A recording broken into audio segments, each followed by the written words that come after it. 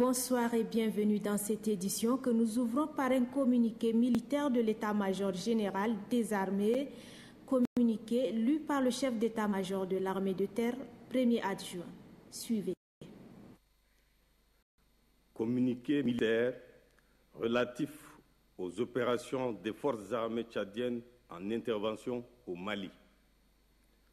Comme nous vous l'avions annoncé dans le précédent communiqué, au cours du ratissage, 28 autres corps de terroristes ont été découverts dans la zone de combat et un véhicule ennemi détruit. Quant au côté ami, 10 de nos vaillants soldats sont encore tombés sur le champ d'honneur. Le bilan définitif de l'accrochage du 22 février 2013 et du ratissage qui s'en est suivi dans le massif de l'Ardrade des Ifogas s'établit comme suit. Côté ennemi, 93 terroristes tués et 6 véhicules détruits. Nous déplorons la mort de 23 soldats et 32 blessés. Les préparatifs sont en cours pour le rapatriement des corps en vue des funérailles officielles. Le 60e anniversaire de la Journée mondiale de lèpre est célébré aujourd'hui. Bien que la ville de Mongo soit choisie pour la commémoration officielle, celle de N'Djamena a aussi manifesté sa solidarité aux victimes de la lèpre. C'était ce matin à la léproserie de Habena où le gouverneur de N'Djamena, Issa Adjidé, a présidé une cérémonie de remise de dons aux personnes atteintes de la lèpre. Ghislain Tchanikoudou. Instituée en 1953 par Raoul Folero, cette journée mondiale de la lèpre a pour objectif de susciter la solidarité et la charité à l'endroit des lépreux et obtenir des moyens de traitement de la maladie. Raoul Folero, appelé aussi le vagabond de la charité, a découvert cette maladie de la peau au Niger en 1936. Elle n'est pas contagieuse, mais considérée par certaines sociétés comme une malédiction divine, la lèpre a engendré le rejet social et la marginalisation des personnes qui en sont victimes. Raoul Folero découvre le médicament contre la lèpre en 1952 et met en branle un mécanisme de solidarité. Solidarité qui, selon le maire de la commune du 7e arrondissement, Beleloum Diop Taou, est toujours manifestée par le chef de l'État Idriss Déby Itno. Le porte-parole des lépreux, Patale Bianzumbe, se réjouit de la solidarité du gouvernement et de tous les partenaires. Son vœu le plus ardent est que le lépreux bénéficie également des logements sociaux. Le délégué régional sanitaire, Dr Baramala, a relevé que 53 cas de lèpre sont enregistrés en 2012 et sous traitement. Le gouverneur de la région de N'Djamena se félicite des résultats obtenus depuis quelques années. Dans son souci permanent d'assurer une bonne santé à sa population, le président de la République, chef de l'État, son Excellence Idriss Déby Itno, a instruit les autorités en charge de la santé publique de mener toutes les actions nécessaires pour éradiquer la lèpre de notre pays. À cet effet, l'objectif national est de faire baisser la prévalence de la lèpre à moins d'un cas pour 10 000 habitants. À l'occasion de cette journée, une opération coup de cœur a été lancée, puis s'en est suivi la remise des dons aux lépreux.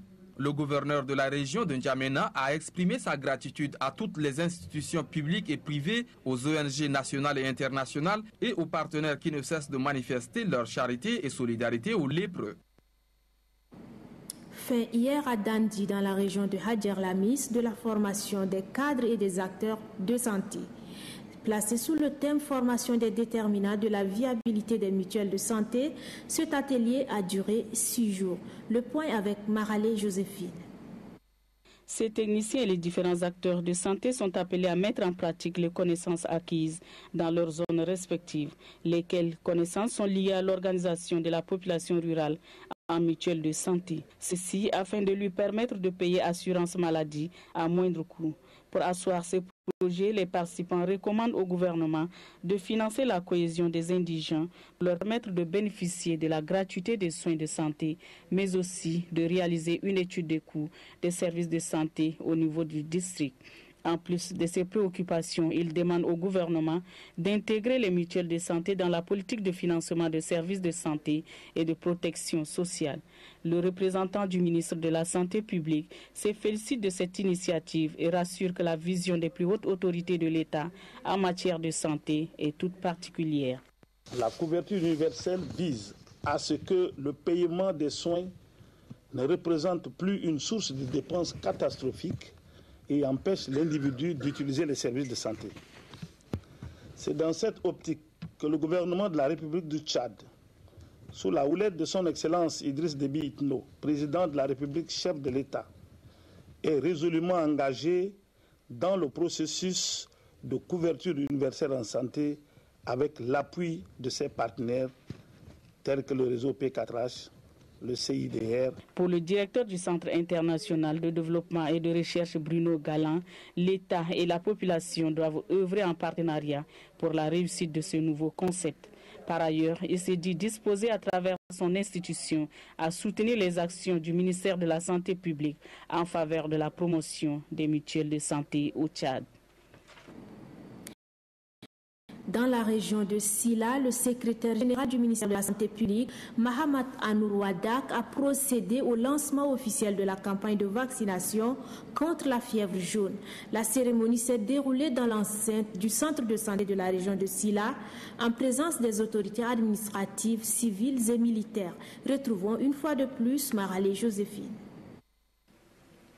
La fièvre jaune ne cesse de faire des victimes dans la région du Sila et celle de Wadifira, plus particulièrement à Guérida et à Gosbeya. Les fièvres jaunes sont découvertes dans cette partie du pays. C'est là suite aux résultats des prélèvements qui ont été effectués à l'est du Tchad. Ce qui justifie la présente campagne de vaccination qui a mobilisé le gouvernement et ses partenaires. Le chargé du bureau de l'Organisation mondiale de la santé au Tchad, Richelo Ayangma, tout en mesurant les conséquences néfastes de cette maladie sur la vie humaine, a réitéré la disponibilité de son institution à accompagner le gouvernement dans ses actions de lutte. Quant au secrétaire général de la région du Sila, Djako Tamaga, il a indiqué que toutes les dispositions sont prises sur le plan local pour la réussite de cette campagne. Le secrétaire général du ministère de la Santé publique, qui a sollicité l'implication de tout un chacun, a rassuré que bien des actions de lutte sont envisagées. Notre pays s'est engagé résolument, à l'instar des autres pays membres de l'Organisation mondiale de la santé, de faire de la lutte contre la maladie une des priorités du gouvernement.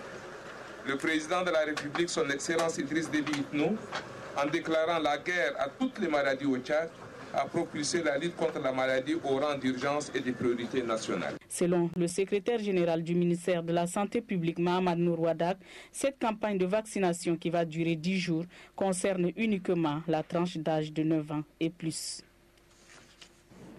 À SAR s'est tenu un atelier régional d'échange d'informations sur les tests légaux et réglementaires de la filière bovine et leurs conditions d'application. La filière bovine génère des recettes conséquentes pour le pays. Cependant, le cadre juridique est loin d'être bien appréhendé par les différents acteurs concernés. Belgar, l'armée la guerre, fait le point. Les acteurs de la filière de l'élevage sont confrontés à des sérieux problèmes liés à la production, la commercialisation et la transformation. Ces problèmes sont parfois source des heurts entre eux, mais également entre les acteurs et le pouvoir public.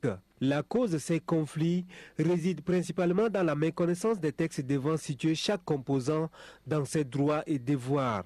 C'est dans ce contexte que l'INADES Formation et ses partenaires organise cette présente assise d'échange d'informations sur les textes légaux et réglementaires relatifs à la filière bovine. L'organisation de cette rencontre, dont le but fondamental est d'identifier les principales difficultés et contraintes liées à la connaissance des textes légaux et réglementaires relatifs à la filière bovine et leurs conditions d'application, est une initiative louable, car elle permet de jeter les bases de réflexion nécessaires à la recherche de solutions alternatives face aux multiples déviances et incompréhensions vécues par les acteurs de la filière dans l'exercice de leur métier. Cet atelier d'échange et d'information qui a duré 3 jours a regroupé les différents acteurs de la filière bovine du Moyen Chari. Il s'agit des éleveurs, des commerçants de bétail, des bouchers, des tanneurs ainsi que des transformateurs de viande. C'est ici que s'achève cette édition. Merci de l'avoir suivi. Rendez-vous sur notre site www.enrtv.org. Passez une excellente nuit et à demain.